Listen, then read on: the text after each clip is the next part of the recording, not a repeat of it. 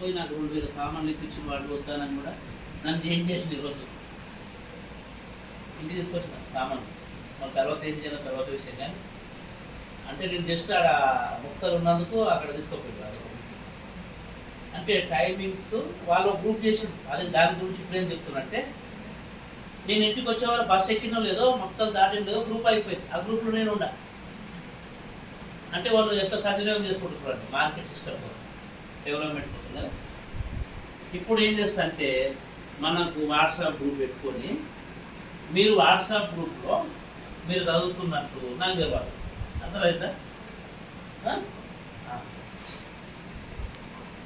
చదివినట్టు ఎంతవరకు చదివినావు అక్కడ -1 పెట్టి 9 వరకు వర్సెస్ 9 పెట్టి 10 వరకు 11 వరకు టైంతో సహా.